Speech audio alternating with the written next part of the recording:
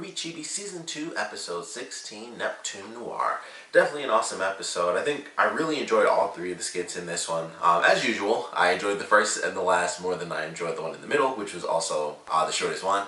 But I definitely enjoyed all three for this one. I would actually start with the one in the middle, just because it was the one I enjoyed the least, but I definitely liked it. It was cool to see Port be the focus of it, which was very awesome. And then I thought they were doing like a silly infomercial type thing. I didn't know they were copying like Bear Grylls in the very beginning of it. I thought it was just like a weird infomercial for him doing like his own thing or like some other sort of like Huntsman outdoor school sort of deal. But it was actually him doing his own TV show out in the wild. Man Up with Port, which I thought was silly. And then it's like, we'll use nature and hammer and, our own teeth.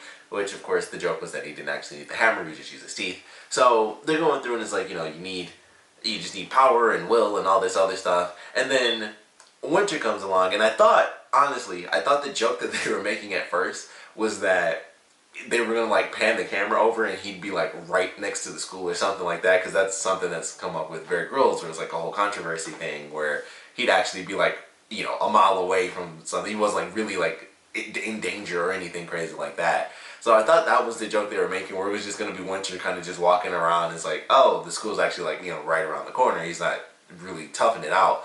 But instead, she just, he's talking about, building the cabin and, making, something out in the woods. And she just comes in, boom, instant summon house with, ice and everything. Basically, it's like crystal. And she just walks right in. And he's like, that's cool. I guess that's one way to do it. But I thought it was a nice little funny when he's like, her butt's going to be cold and stuff. So I was like, I thought that was pretty cool. And it's like, she just summons, ice sort of. And I love the fact that it was actually an ice log cabin. It wasn't like she made a normal house, which is what it looked like at first when it was first coming out of the ground. It was like, nope, it was like a log cabin that was actually made out of ice. It had the little, the circle of the logs and everything. So that was definitely funny. I was like, I like that they actually did that, because I thought for sure, especially with it being Winter, she would just make like basically a full-on normal house and it would just be crystal. But I thought that was cool. And the fact that you could actually see her in it, I thought was really funny, because, it's of course like it's ice. Although I guess it could be argued, because, it was a summon. So for me, when he's like, Brett's going to be cold, I was like, I guess you could argue that it's not ice, technically. I guess you could argue it's like crystal or whatever. But it was funny. I was like, she walks through and then you could actually see her. Also, something I noticed is that the door opens up and then she puts her hand out after. It wasn't like synced up, and I thought that was just really funny. But yeah, it was kind of cool that you could see her actually in the house, and he's like, oh, well, I guess you could do it that way. But I like that skit. And then of course you have the first and the third skit. The first one is the one I was looking forward to the most, because I love the junior detective stuff, and this was them doing that, but the noir style, Neptune Noir, of course. So that was pretty awesome, and we get to see Neptune and Cinder, and Sun does make an appearance in there, and naturally Zwei, there's always some way for Zwei to show up. He does it twice in this episode. But he's going through, and I love the fact that the inner monologue was, there's like a term, it's like diegetic or whatever, but it can actually be heard by everyone within the film. So I thought that was actually really funny, where he goes in and he's like, I'm falling for her hard, and Cinder's like, what? And he's like, nothing. And then he hands her the glass. I was like, I was hoping she wouldn't notice the glass was dirty. And it was like, she noticed. So it's just silly stuff that they did I really loved. And then the part where he tried to kiss her and she slapped him away, I love the way they did that, where he hits the chair, then he hits the table, he like bounces back. I think he is like 4 hits before he's done. And I was like, that was definitely over the top, because he's in the chair, but somehow he's bouncing back and forth between this chair. So I love the fact that they did that, because it was just over the top. So really enjoyed that. Then of course, Zwei comes in and Cinder's like, well, you can't be worse than this guy. So he's like, I'm a big boy or whatever.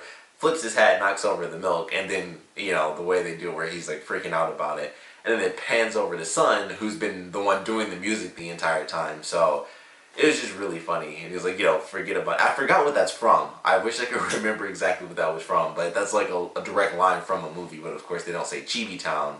They say like something else, and then they say town, but it's from a noir film.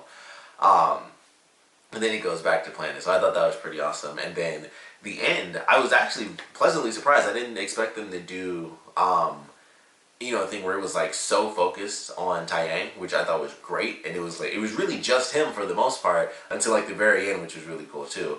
But him doing the vlog, for one thing, I love the way they did the style for that, because it's like, it's like right up to his face. And I always mention this whenever they do something different with the way they show the characters, but it's him like holding a camera, so it's like right up to his face, and he's like, he kind of moves it like right in front of his face for a second and then moves it back. And I was like, I love this. That's actually very cool to see because of course the characters are three-dimensional, but we typically see them from more of a 2D perspective. It's not like the camera's always flipping around and stuff, but they are 3D characters, so they could do that.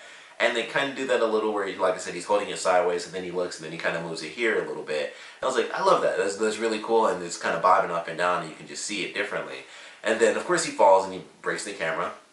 And then that's where, Zwei has his second appearance. And so he puts the camera on Zwei, which, from personal experience, I know putting the camera on the dog is very tough because dogs typically don't even like that. It's like this weight makes me feel off and then they just shake and the camera stuff doesn't work. It's hard to do that for me. With my dog at least. But Zwei just takes off. And I guess he put it on Zwei's butt because it looked like his tail, and I was like, so he put it on the dog backwards, which I thought was really funny. The dog was supposed to walk in front of him instead of walking towards him. So I thought that was kind of funny too. But Zwei takes off and Tyan, he tries to chase him down, but of course he trips and falls on his face. I was like, alright, well that didn't work, but got my third camera. He's just got money to be buying all these fancy cameras apparently. And then he's like, check it out. And so he has the drone camera, sends it straight up. Once again, it was a cool shot because that was, they don't really do aerial shots because it's, the chibi version of the show. So I also thought that just looked really cool because I was like, they don't really, we never get this sort of perspective in the chibi version of the show. So I thought that was cool too, just having like the big field and it's just Tyan like straight in the middle standing on the symbol too. There's a lot of symmetry there, which I'm a sucker for. So, he sends the drone up. He's like, yeah, check out this bird's eye view. And then that's when you see this bird come in. The drone hits the ground, or the camera hits the ground, the drone is like falling down, and then Crow lands and he's back in his normal human form. And I thought that was so funny that it was him, because for me it was just like, with the Nevermore being a thing, I was just like, oh, it's just a black bird. And it just didn't even occur to me like, that's probably going to be Crow. So when it was him and he like hits the ground, I was like, oh, that's super freaking funny. Like it caught me off guard, because like I said, I was just thinking of Nevermore, simple, like a little baby Nevermore that's not really attacking anyone. It just hit the camera and knocked the camera off the drone, no big deal. And it ends up being Crow. So I thought that was really funny. And then of course Tyan saying like, like he doesn't know what to do. It's like, oh crap. Well, like, comment, and subscribe, and he takes off, which is, of course, a YouTube thing. So I thought that was really, really funny. But I like this episode for sure. I don't know what the next one is, so either way, I'm looking forward to it. But definitely a fun one. Definitely a fun one for sure.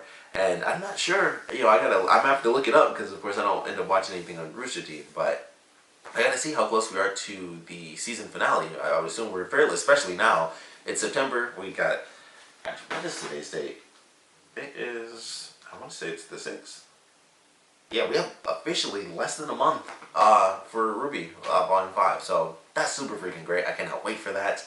But yeah, we got to be close, a few episodes out, before hitting the new season of RWBY. So I'm definitely looking forward to that. But of course, we'd love to know what you guys thought about this episode. So please comment below. Let me know your favorite parts about it, your least favorite parts about it. And we got some pretty cool skits in this episode where it focused. The main focus was on some of the side characters, so I would love to know which side characters you guys would like to see get a main focus, because I thought it was pretty awesome in this. It was like the last skit was all about Tyan, the middle skit was all Port, and then, Winter was the only, supporting character in that, so I thought that was great. And same with Tyan, Crow was the other supporting character. Both of them have shown up quite a bit recently. Since they've introduced the characters, they throw them in the background a lot, so I really love that. Like Winter being in the background of the middle skit, I thought was great. It was like, it's cool just to see her because she's very, very new. So it's like, it's awesome that they'll throw the characters in there. But we'll love to know which side characters you guys would like to see get like a main focus in the skit. I don't know why. I guess just because I really want to see more of her. I would love to see Penny get her own skit just because it would just be great. I don't know what they could do with Penny by herself.